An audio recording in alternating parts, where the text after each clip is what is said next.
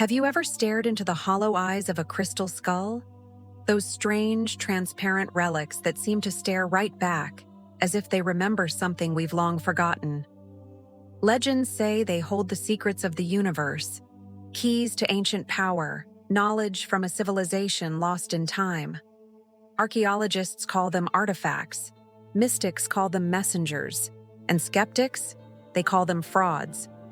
But the deeper we look, the stranger the story becomes. Because no matter how many times science tries to explain them away, something never quite adds up. The story really takes off in 1924, deep in the jungles of Belize. An adventurer named Frederick Mitchell Hedges and his adopted daughter, Anna, were exploring the ruins of a Mayan city called Lubantun. While sifting through a collapsed temple, Anna saw something glinting in the rubble. She reached down and pulled out a skull, carved entirely from pure, clear quartz. It was perfectly smooth, astonishingly detailed, and anatomically flawless. They named it the Skull of Doom. When local Maya elders saw it, they gasped, calling it a sacred relic of the gods that held the power to reveal both truth and death. One elder whispered that when the 13 skulls are finally reunited, the world will be reborn. This brings us to the legend of the 13 skulls. Across the Americas, from Mexico to Peru, there are whispers of these 13 ancient artifacts. According to legend, each one contains vital information, a record of Earth's history, humanity's origin, and even our future. The Maya, Aztec, and some Native American tribes all tell eerily similar stories. They say these skulls weren't made by human hands, but were given to us by sky beings who came long before recorded history. In these legends, the skulls were used to store knowledge, like ancient cosmic hard drives. When brought together, they would sing, activating an energy that could awaken global consciousness. 13 skulls, 13 keys, 13 answers humanity was never meant to unlock. When scientists finally examined the Mitchell Hedges skull in the 1970s, they were stunned. Under a microscope, they found no tool marks, no chisel grooves, nothing to indicate modern carving. Even more baffling, the skull was carved against the natural axis of the quartz crystal, a technique modern jewelers avoid because it should cause the material to shatter. Yet, someone had managed to carve an entire perfect skull from a single piece of solid quartz. NASA engineers later confirmed that even with modern diamond tools, replicating this would be nearly impossible. So, who made it? And more importantly, why? The Mitchell Hedges skull wasn't the only one.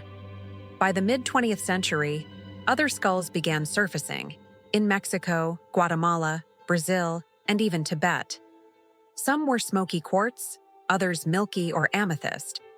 The British Museum and the Smithsonian both acquired crystal skulls, but later quietly removed them from public display. Why? Because the test results made things awkward.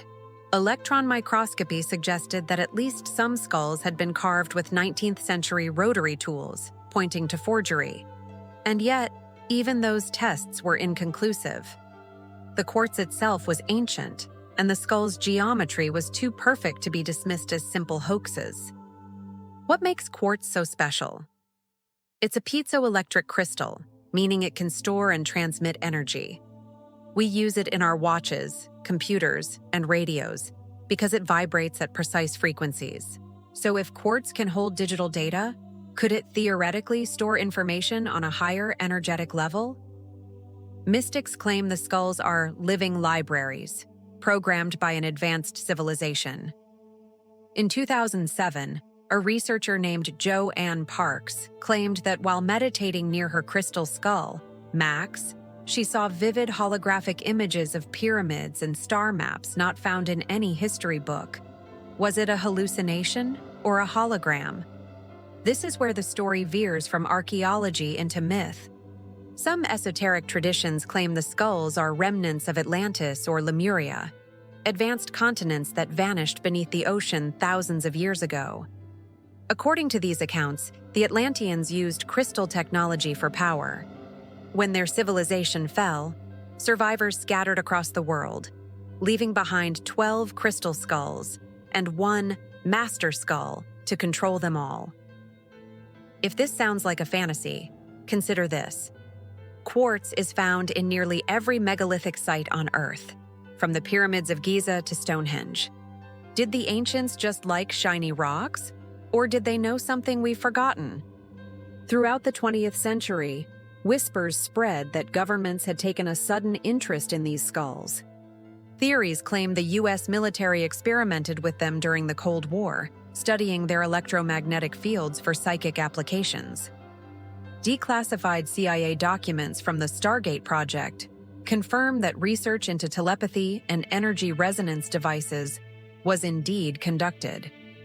While the skulls aren't mentioned directly, certain files reference crystalline interfaces used in consciousness studies.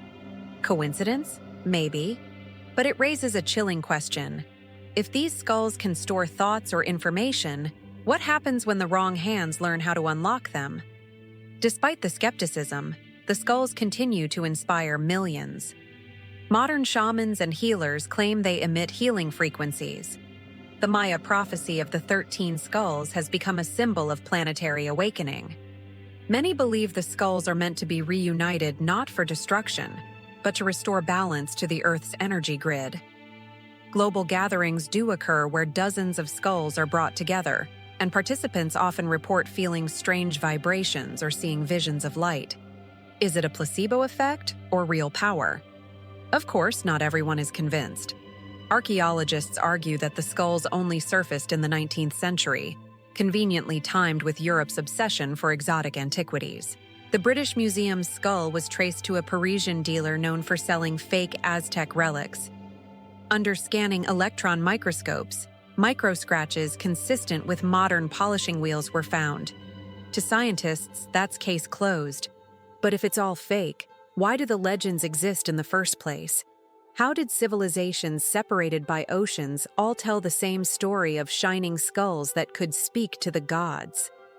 There's a gap there, a fracture between science and myth where the mystery lives. From Indiana Jones to ancient aliens, the crystal skulls have become icons of mystery. But behind the Hollywood hype lies a deeper human longing to understand where we come from. The skull, after all, is a symbol of consciousness, mortality, and what lies beyond. Maybe that's why these artifacts resonate so strongly. They remind us that the greatest mystery isn't out in the stars, but right here, inside our own minds. Here's a final thought. What if the crystal skulls weren't left by aliens or ancient humans, but are tools designed to interact with the planet itself? Quartz is part of Earth's crust, the planet's very nervous system. Carved into the shape of a human skull, it might act as a symbolic interface between human consciousness and Earth's resonant frequencies. They could be communication devices, not just between people, but between humanity and the planet that gave birth to us.